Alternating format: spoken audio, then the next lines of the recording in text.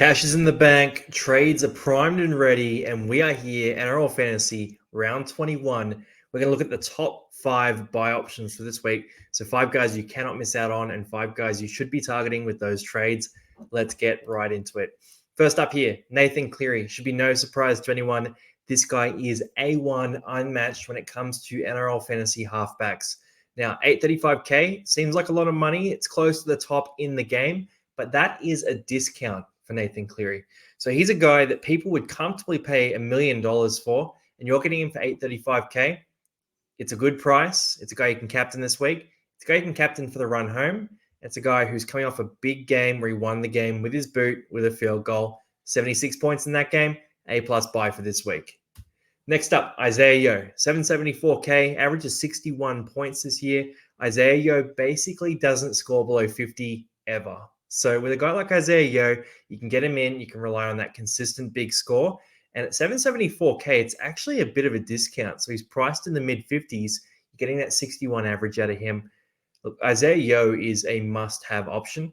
The one little downside with this one is that Penrith often do rest their superstars in the final round. So around 27, you're going to be in a tricky spot where, the Warriors are on a bye, and Isaiah Yeo, Nathan Cleary, these sorts of guys, they're going to be rested as well. So you might be without quite a few of these players if you do get a few Penrith guys who we're going to talk about this week. So that's the downside with Isaiah Yeo, but the upside is that he is the most consistent lock, or most consistent player in fantasy overall. And he's a guy you can trust every single week. All right, third option. This is a bit different, a bit spicier, but I wanted to talk about dual positions. So dual position got updated this week. We saw Connor Watson got the hooker position, for example. Bo Firma is a guy who also got a position added. So he was previously an edge back rower only.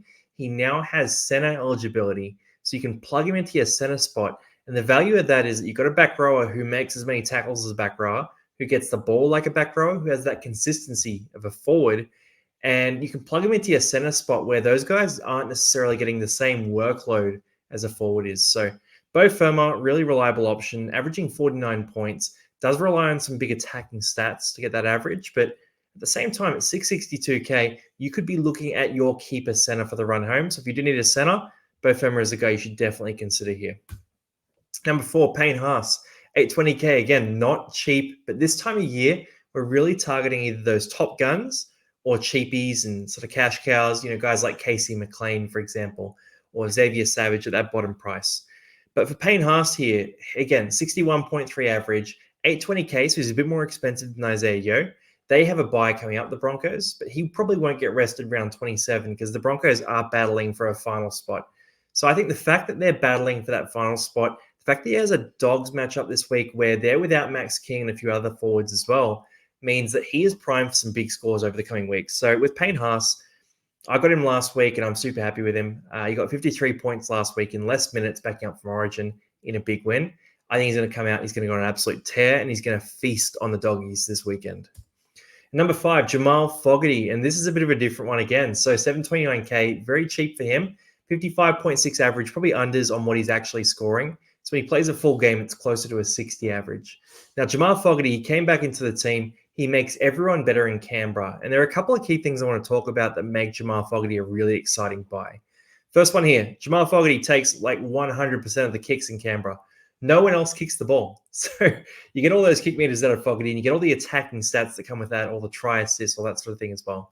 Number 2, he is a genuine number 7. So Ethan Strange is a pure number 6.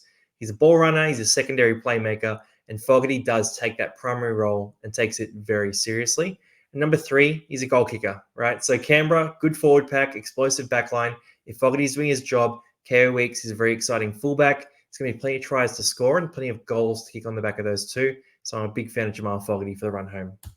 Anyway, that is our buys for round 21. Let me know which ones you're jumping on. Drop it a like as well.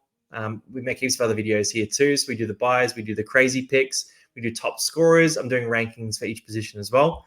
So hopefully I see you on one of those videos. Good luck this week.